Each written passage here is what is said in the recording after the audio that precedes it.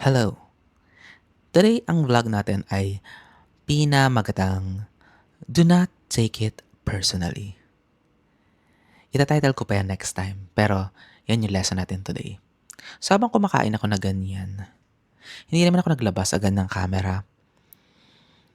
Inintay ko muna lumamig yung kinakain ko dyan na salmon fusilli at saka yung mainit na matcha para mainom ko. Merong tatlo na lalaki doon sa kabilang table as in right, left, nasa kanan ko sila. Ayan, hindi sila kita. Na pinagtatawanan nila ako.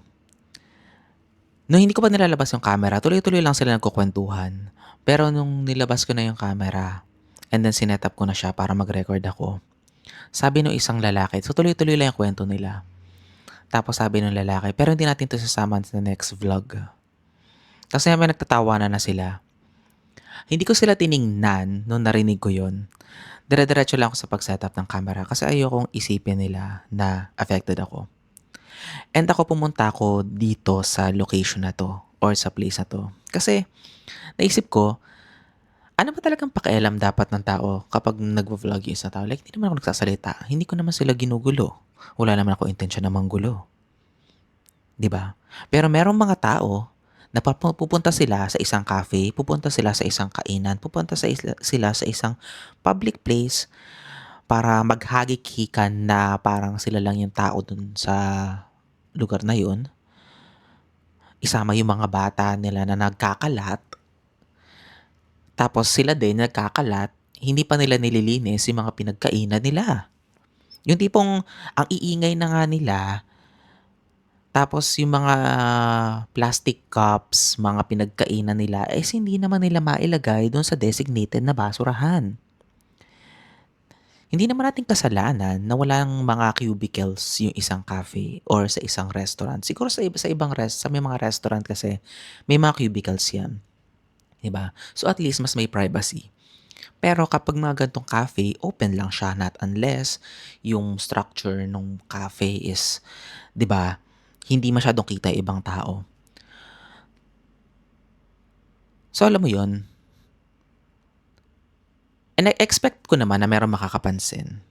Pero kasi yung iba namang mga tao, 'di ba, nagpa-plug din naman sila ng mga computer nila ay mga laptop nila tapos pupuwesto sila do'n throughout the day, o-order lang ng isang drink, 'di ba?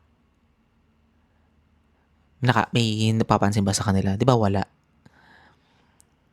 Or halimbawa, isang grupo, ganyan, tapos ang order lang isa, dalawa, gano'n, tapos tawanan pa sila malakas.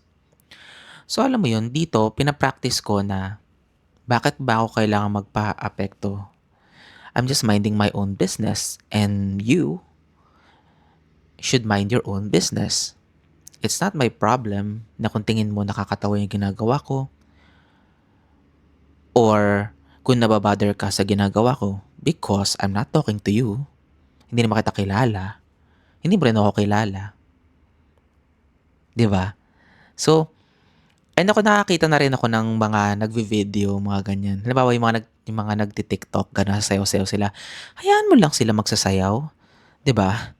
Hayaan mo sila mag-video. Bakit mo kailangang pansinin yung mga pa-dance move nila?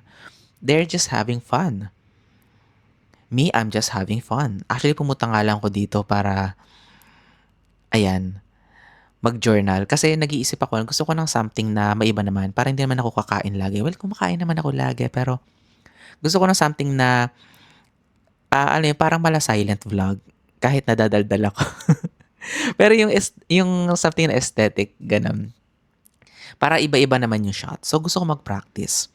So, I want to, gusto ko parang magkaroon ako ng daily journal, ganon. Daily vlog. Kahit hindi naman daily, pero something na maiba lang. So, pag may mga times na wala pa akong maisip, wala pa akong ideas, ganun. Parang gusto ko na magmuni-muni namang sa ibang lugar, ganun. I mean, ang ganda kasi ng panahon, 'di ba? Bakit ko sisirain yung para sa ibang tao? Actually, may isa pang eksena na nangyari sa akin sa after nung gabi na yung Grab driver is hindi niya ako sinipot kasi na-realize ko na ito palang lugar na 'to is, alam mo yun, para silang may signal jammer. So, hindi ta's laging block yung mga, daan. So, hindi makapasok, parang gano'n. Parang nahihirapan yung mga Grab drivers. Pero parang sa akin kasi, parang hindi naman kasi siya excuse kasi nakakapasok yung mga drivers, gano'n.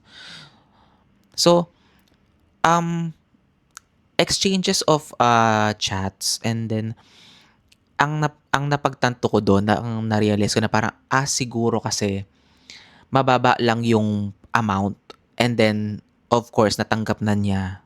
Wala siyang way para i-cancel yun, ayaw niya i-cancel. So, hindi na lang niya ako sisiputin directly kahit na ang laki-laki nung buong SB na 'to. As in napaka-gigantic siya. Isa siyang malaki establishment, gano'n. So, napaka-imposible hindi mo makita. Ang pinipilit niya sa'kin na hindi wala daw sa map yun or hindi niya ako kita. So, ang ending, so na-frustrate ako kasi may work ako. So, basta ang nangyari, pag-uwi ko ni-report ko siya, gano'n. Kasi nasingilan ako ng ₱50 for that. So, ang ending ko is, oo, nainis ako sa mga pangyayari, pero dapat ko bang personalin 'yun? I-a-apply ko dito, nabasa ko kasi yung, Do Not Take It Personally sa isang libro, dun sa Four Agreements, if you know that book. Na alam mo 'yun, hindi naman talaga na dapat nating personalin ang mga, alam mo 'yun, bagay-bagay, mga reaksyon ng ibang tao. And I know mahirap 'yun na sundin kasi siyempre reactive tayo bilang tao. Masasaktan tayo, normal. Ako naman reactive talaga ako, 'di ba? Pwede akong hindi magsalita, gano'n. Pero siyempre deep inside iisipin ko pa rin, i-overthink ko pa rin 'yun. So ngayon, ito yung isang araw na na-practice ko siya and nagwagi ako. So 'yun lang.